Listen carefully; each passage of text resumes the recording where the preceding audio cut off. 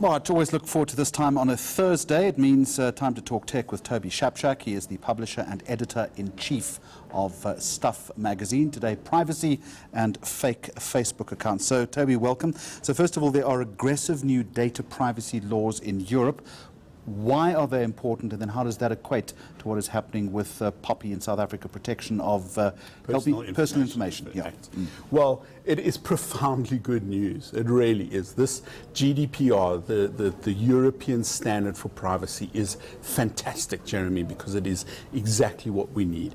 It claws back all of this lack of control and exploitation of our personal data, of our privacy by technology firms and anybody else in the European Union, and by extension so many other firms. If they deal with European Union or European citizens, they are liable to it. And the reason everybody has gotten such a skrik is because they can be fined 4% of global turnover. So in Facebook's case, that could be $1.6 billion. So Facebook has moved 1.5 billion of its users, 3/4 of its users from its international head office in Ireland back to California to try and get out of the seriousness of this case, which is fantastic because it's really what we need to gain control of our personal information. Would this be a template for South Africa to follow then?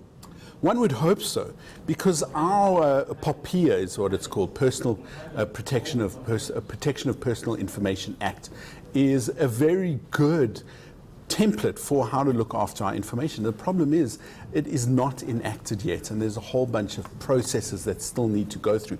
Last year we had this truly astounding disclosure of just about every South African's personal information, our ID numbers, living and dead. Something like 60 million records were on a database that could easily be accessed on the internet. It was called Master Deeds, or the Master Deeds Leak.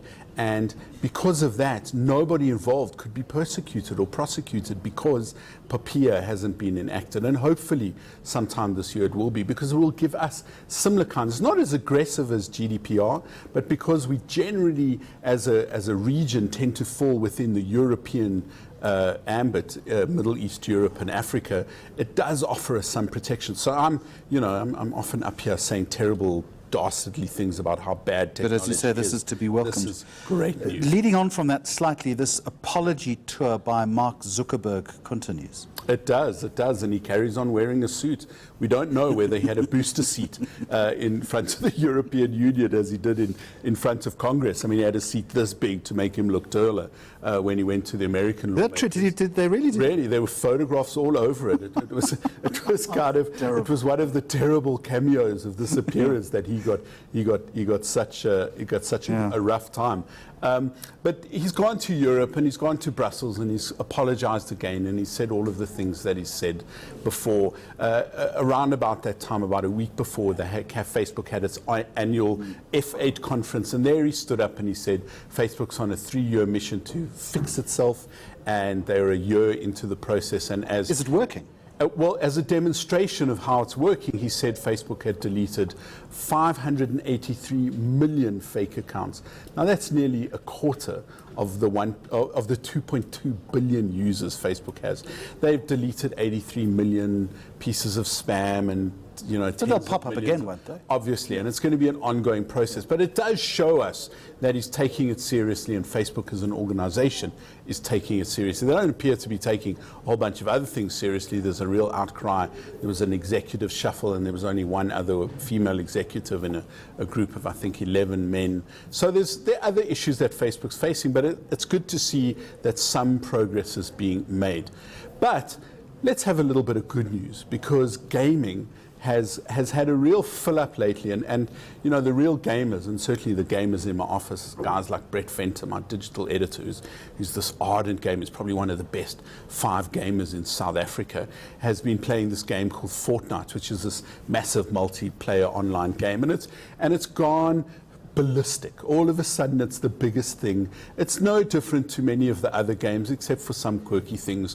It's called a battle royale, which means up to 100 people play each other, and the last man standing, or the last character standing, is the winner. But you parachute onto this island that's about to experience a hurricane. You parachute into this island from a flying bus, and you have to pick up weapons and all sorts of things. And the way this company makes its money is it sells you virtual things within it. It sells you weapons, it sells you clothes, it sells you better parachutes, it sells you a whole bunch of things that allow you to be a better character. It doesn't change your skill level at all, but it's how they make money. And why Fortnite is suddenly in the news is because they have announced, brace yourself. I mean, these are kind of Eskom, coal station numbers. $100 million in prize money for various people. And it got a real fill-up recently as well, because Drake, the rapper, went and played with one of the major characters whose handle is Ninja, at Ninja on Twitter, and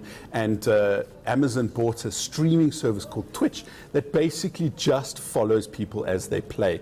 And Drake and Ninja had a little game. His real name's Travis Blevins, and he recently admitted that he makes, brace yourself, these are like Gupta consultancy figures, $500,000 a month in fees from playing a game, right? Playing a computer game. They've got to be parents out. How much professional gaming is there in this country? There is quite a bit. It's not as big as it is internationally, but the professional gamers can make, the Apart from your guy, I mean, are we good here? Can we hold our own? We're very good. Yeah. We're kind of like the Springbok rugby players. We kind of trade on our bulk as opposed to our skill, but esports is picking up. So the thing about Fortnite that I really love and that people have really associated with is that if you want to team up with someone else or say something to someone else or be part of a team, you can do something called an emote, and that is basically doing a little dance. So I could do a little dance for you, and you and I could become part of a team, and off we go.